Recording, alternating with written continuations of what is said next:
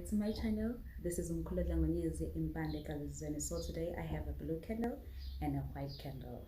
So if you feel that you're so drained spiritually and there's no any sign that your ancestors are near you, so today I want you to light this candle and this candle together. At 12 a.m. you need to pray. You need to write things that you want from your ancestors. You need to get a breakthrough and understand spirituality. So everything we deny must come. Everything we fisayo in life must come. You've been working so hard. You've been searching about spirituality, but everything is stacking as if like there's nothing going on. So our ancestors, guys, they do listen. Bayalalela labantu. Siyakhuleka, siyathandana ngo-12 ebusuku. Sicela amandla, sicela ukuphila, sicela injabulo. We ask for impumelelo. So this candle is for impumelelo kubantu abasimbethe. Ukuphumelela kwento oyifisayo ukuthi yenzeke ngawe. Nento oyidingile wayiswela isikhathi eside. So lezi zibani zizokulekelela empilweni oyidingayo. Uthi mawukhuleka ngo-12 ebusuku sebenze ngokuzikhandla. Do everything that you want to do. Don't forget ukukhohlwa ukuthi labantu ohamba nabo abantu abasekhaya abanothando abakwazi ukulalela. So if akukho ukukhanya kuwe, uhlanganise ukukhanya kuze usondele kuwena. Abantu abadala basondele bakhanye nabo. Kungabi khona okuzomoshakala, but namhlanje mawuqala usebenze. If khona into ebhedayo oyenzayo, there's something wrong that you're doing, you need to stop it. You need to be you. You need to know who you are and ask God to protect you each and every day. I know life is hard outside, but you need to be patient as well. Be patient for your ancestors. Only to do is to ask for God present. Okay?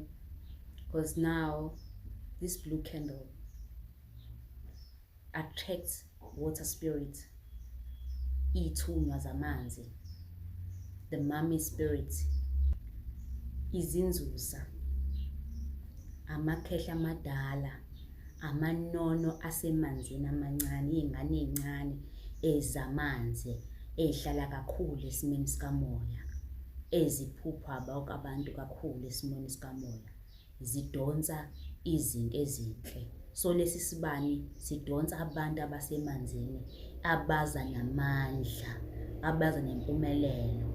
Uthi uma ukhuleka kusona sikukhanyisela indlela kungashabalali lutho. Bese lesi simhlophe bese besondela abantu abadala kuwena. Bese lesi sibane simhlophe siyabakhanyisela bona, nenkulumo yakho ikhanyiseleke kuma ancestors akho ngezifiso oyifisile since kudala. So white nje ukhanyiso into eshoyo, uphinde ukhanyise wena nomzimba wakho. Nabantu abadala bakufica ukhanya nabo bese beyakhanyiseleka kuwe. So isibane simhlophe sibalekile. Ngisho kuthiwa wenza umsebenzi ongakanani, kodwa kumele usale lo mbala.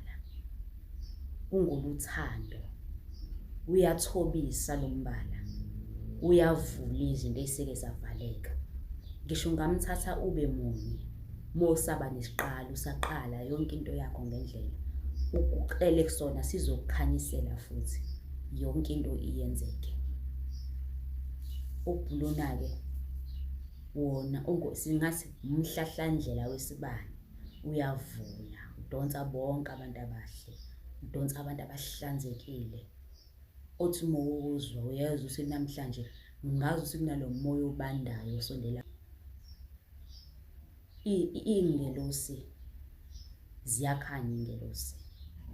Umuntu onengelosi ugcine seyibona ngempela ngembala yayo, ezwe ukuthi namhlanje kunokukhanya okula endlini. kunalo muntu oluke ngibalekele ngicashela kodwa ungukukhanya. Ubona imbani endlini, ubona uthuka, ubona umzimba wakho uvibrate, ubone izinto ey'ningi, ubone ihlelo lesithathu zakho kuvuleka izinto ey'ningi ngehlelo lakho lesithathu. Uqala ukubona into engabona. Once isithunywa safika endlini uzobona into ongakaze wayibona. Uthi uma utshela umuntu akuphikise, uzwe ukuthi kunesayidi elishisayo emzimbeni wami, ushiselwe, kodwa uyabona ukuthi no, akuwona umoya omubi lona. Yabona ingelosi once wayinaka, wakhuluma izinto ezinhle, wenza konke kwingelosi yakho, izinto zakho ziyashesha. Iyakukhombisa ukuthi njengoba nawe usuyikhombisile ukuthi ukhona kuthina noma ukhona kumina, uzongibona nami ukuthi ngikhona la kuwena. Siyayiveza isithunywa kumuntu, usiphuphe futhi sinjalo.